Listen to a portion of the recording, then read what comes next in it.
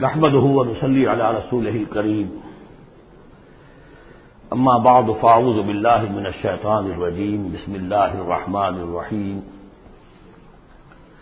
والمرسلات عرفا فالعاصفات عصفا والناشرات نشرا فالفارقات فرقا فالملقيات ذكرا عذرا او نذرا انما توعدون لواقع صدق اللہ العظیم۔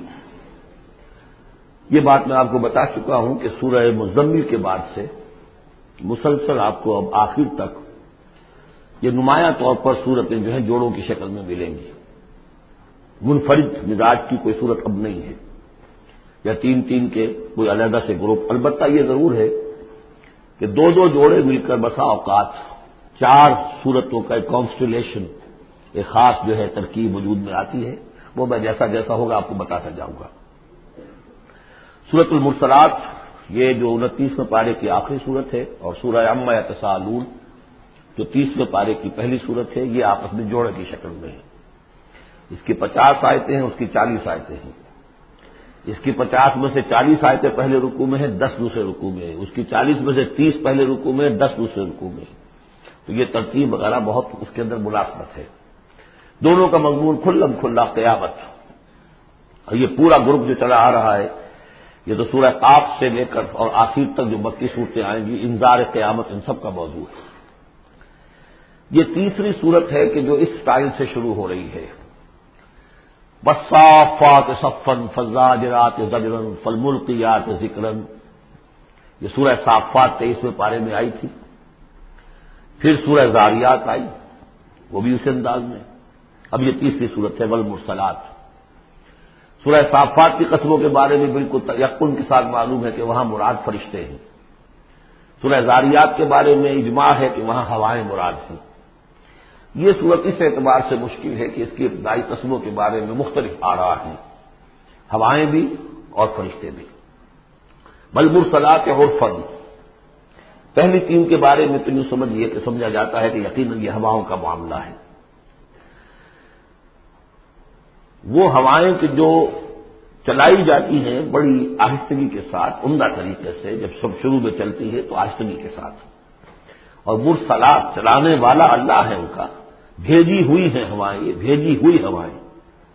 فالعاصفات عصفا، پھر یہ بھی ہوتا ہے کہ یہی ہوائیں کسی وقت بڑے زبردست جھکڑ اور تیز تند طوفان کی شکل اختیار کر لیتی ہیں۔ والناشرات نشرا، اور اسی طرح سے یہی ہوائیں ہیں کہ پھر جو بادلوں کو، بخارات کو اٹھا کر لے کر جاتی ہیں، جو باران رحمت بن جاتے ہیں۔ فالفارقات فرقا، اور پھر وہ جا کر جو بھی تقسیم کرنا ہوتا ہے، مقسمات امرا جو ہم نے پڑھا تھا، پھر یہ ہے کہ کہیں پر وہ بارش ہو گئی اور کہیں وہ بارش نہیں ہوئی، کہیں بنجر رہ گیا معاملہ اور وہاں کھیتی نہیں ہوئی، اور کہیں چل ہو گیا اور وہاں کھیتی ہو گئی۔ فالملقیات ذکرا، البتہ اس کے بارے میں یہ اختلاف ہے کہ خیال تو یہ کہ یہ بھی مراد وہی ہوائیں ہیں کہ ان کے ذریعے سے وہی بھی جو آتی ہے اور وہ جو لوگوں تک پہنچتی ہے آواز نبی کی، وہ بھی ہوا کے ذریعے ہی سے پہنچتی ہے، میڈیم یہی ہے۔ لیکن ایک رائے یہ کہ اس سے مراد فرشتے ہیں کہ جو لے کر آتے ہیں ذکر، وہی لے کر آتے ہیں عذرن اور نذرن۔ اور یہ جو ذکر لاتے ہیں فرشتے، یا تو یہ کہ الزام اتارنے کے لیے، جو ہم پڑھ چکے ہیں سورہ نساء میں کہ ہم نے رسولوں کو کیوں بھیجا، لِأَلَّا يَكُونَ لِلنَّاسِ عَلَى اللَّهِ حُجَّةٌ بَعْدَ الرُّسُلِ، لوگوں کے پاس کوئی الزام نہ رہ جائے اللہ تعالیٰ کے ہاں پیش کرنے کے لیے، کوئی عذر باقی نہ رہ جائے کہ اللہ ہمیں خبردار تو کیا نہیں گے، ہمارے پاس کوئی نبی تو آیا ہی نہیں۔ تو عذراً اللہ تعالیٰ کی طرف سے گویا کہ اتمام حجت ہے، اور نذراً خبردار کرنے کے لیے تاکہ وہ جو بھی جاگنا چاہے جاگ لے۔ ان ساری قسموں پر جو اب مقسم علیہ ہے، جس چیز پر قسم کھائی گئی، انما توعدون لواقع، جس چیز کا تم سے وعدہ کیا جا رہا ہے وہ واقع ہو کر رہے گی۔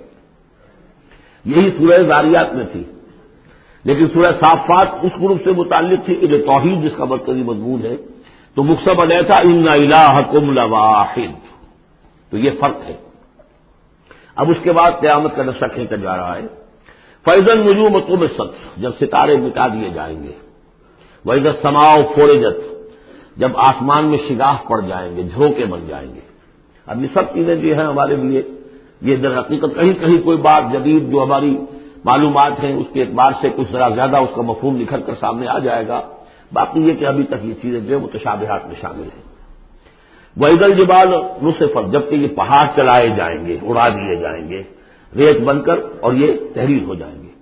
وَإِذَا الرُّسُلُ أُقِّتَتْ، اور جب رسولوں کا وہ وقت آ جائے گا جبکہ وہ جو کھڑے ہوں گے گواہی دینے کے لیے، لِأَيِّ يَوْمٍ أُجِّلَتْ، یہ کس دن کے لیے یہ سارا معاملہ کیا گیا تھا؟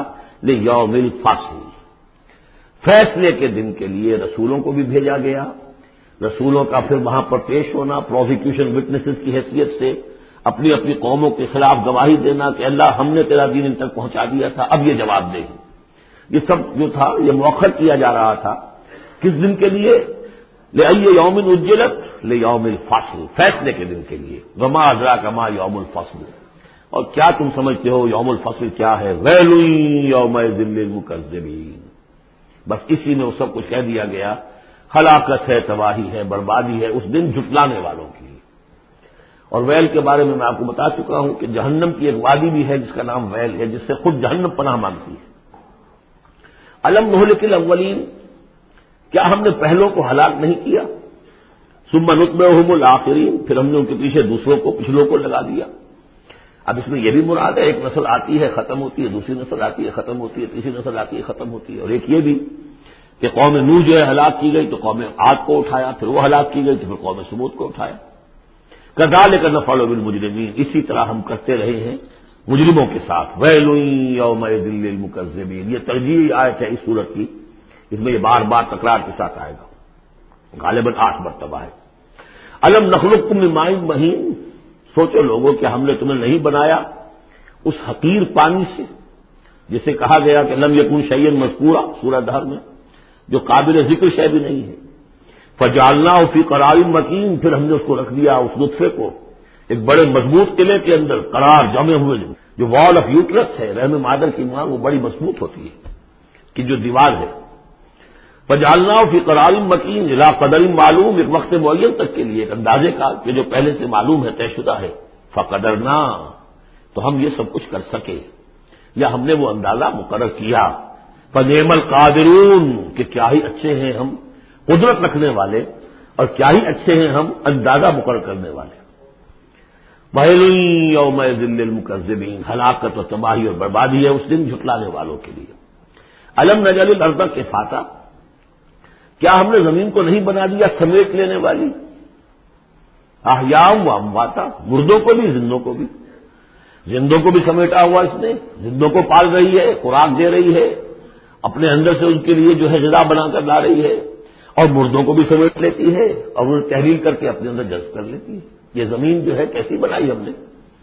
الم نجعل الارض کفاتا، احیاء زندوں کے لیے بھی، امواتا مردوں کے لیے بھی، وجعلنا فیہا رواسیٰ شامخات، اور ہم نے اس میں ڈال دیے لنگر بڑے اونچے بھاری پہاڑ۔ واسقیناکم ماء فراتا، اور ہم نے تمہیں پلایا یہاں سے پانی تسکین بخش۔ ویل یومئذ للمکذبین، اب یہ سب وہ تذکیر بآلاء اللہ، اللہ کی قدرتیں، اللہ کی نعمتیں، اللہ کے احسانات کے حوالے سے یاد دہانی۔ انطلقوا الی ما کنتم بہ تکذبون، اب جاؤ اس چیز کی طرف جس کو تم جھٹلاتے رہے تھے، یعنی جہنمیوں کو حکم دیا جا رہا جاؤ جہنم کی طرف۔ انطلقوا الی ظل ذی ثلاث شعب، چلو ادھر میدان حشر میں بہت دھوپ اور بہت سختی گرمی ہوگی، تو جہنم دور سے ایسے نظر آئے گی جیسے کوئی سائے کی جگہ ہے، اور سائے کی 3 بڑی بڑی پھانکیں ہوں گی۔ انطلقوا الی ظل ذی ثلاث شعب لا ظلیل، اس میں کوئی سایہ نہیں ہے، ولا یغنی من اللہب، اور نہ ہی وہ آگ کی تپش سے بچانے والی شے ہے۔ دور سے نظر آئے گا سایہ، یہ لپکیں گے، تیز تیز جائیں گے۔ انہا ترمی بشرر کالقصر، وہ تو آگ ہے جو اتنے بڑے بڑے انگارے پھینک رہی ہے نکال کر جیسے کہ وہ محل ہوں۔ کانہ جمالۃ صفر، یا ایسی چنگاریاں کہ جیسے کہ اونٹ ہوں رنگ رنگ کے۔ ویل یومئذ للمکذبین، ہلاکت اور بربادی اور تباہی ہے اس دن جھٹلانے والوں کے لیے۔ ھذا یوم لا ینطقون، یہ ہے آج کا دن جس کے یہ بول نہیں سکیں گے۔ ولا یؤذن لهم فیعتذرون، نہ انہیں اجازت دی جائے گی کہ وہ کوئی بہانے بنائیں، اعتذار کریں، کوئی عذر تراشے۔